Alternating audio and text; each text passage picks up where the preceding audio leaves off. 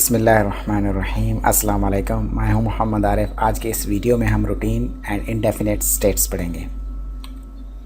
Present indefinite state किसी काम का करना या होना मौजूदा ज़माने में हो या मौजूदा वक्त में हो तो उसको हम प्रेजेंट इंडेफिनिट स्टेट कहते हैं। इसका फार्मूला ये है कि पहले हमने सब्जेक्ट लगाना है, उसके बाद वर्ब में हमने फर्स्ट फॉर्म लगाना है और उसके बाद हमने ऑब्जेक्ट लगाना है। देखते हैं एक हम सेंटेंस। ही सब्जेक्ट आ गया और उसके बाद हमने फर्स्ट फॉर्म लगाई है टेक की, और अब यहाँ पे देखें तो हमने एस का इजाफ़ा किया। एस का इजाफ़ा क्यों किया है?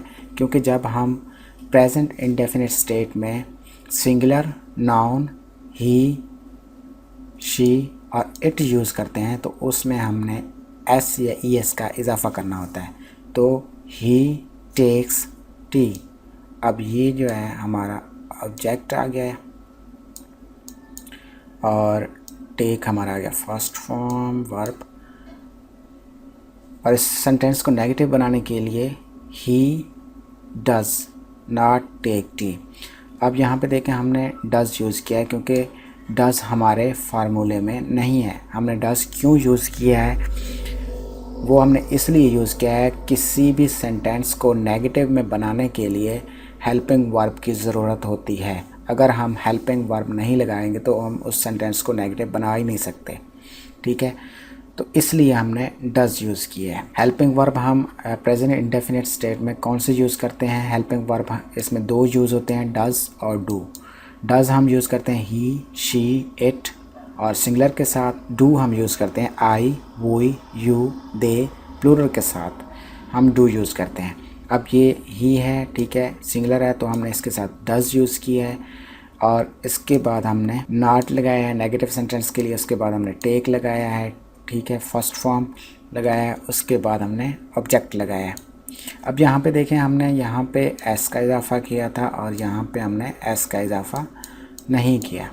वो इसलिए नहीं किया कि जब हम हेल्पिंग वर्ब यूज़ करते हैं तो उसके बाद हम मेन वर्ब से एस या ई एस हटाकर हम हेल्पिंग वर्ब के साथ लगा देते हैं। इंटरोगेटिव सेंटेंस को बनाने के लिए हमने जो हेल्पिंग वर्ब है उसको हमने सब्जेक्ट के शुरू में लगाना है। Does he take tea. Interrogative sentence के लिए भी हमारे पास हेल्पिंग वर्ब का होना ज़रूरी है। इसके बगैर हम इंटरोगेटिव सेंटेंस नहीं बना सकते। इसके बाद इंटरोगेटिव की दूसरी टाइप है वाई।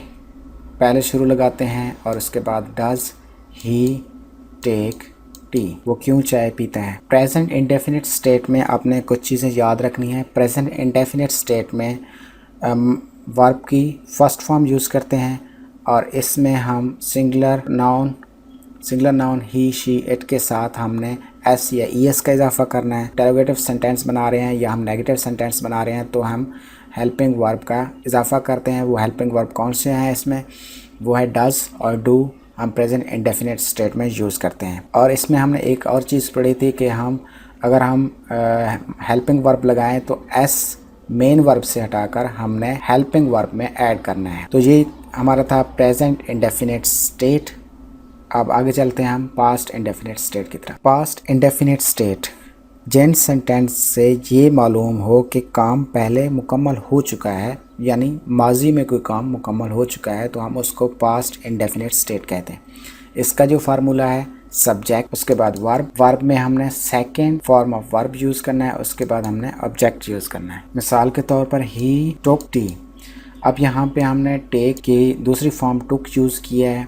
जब भी हम पास्ट इंडेफिनिट स्टेट का हम करते हैं तो उसमें हम second form of verb use करते हैं। दूसरा हम सेंटेंस देखते हैं ही डिड। अब यहाँ पे अगर आप देखें तो हमारे जो फार्मूला है उसमें हमारा डिड नहीं है, तो हम डिड क्यों यूज़ कर रहे हैं? वो इसलिए यूज़ कर रहे हैं क्योंकि हम इस सेंटेंस को नेगेटिव बनाना चाह रहे हैं। अगर हम कोई भी सेंटेंस हम नेगेटिव बनाते हैं तो हमें हेल्पिंग वर्ब की ज़रूरत पड़ती है।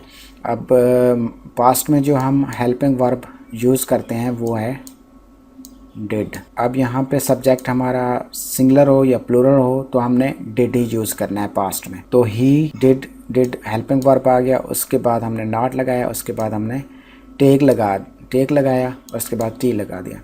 टी हमारा क्या है? ऑब्जेक्ट है।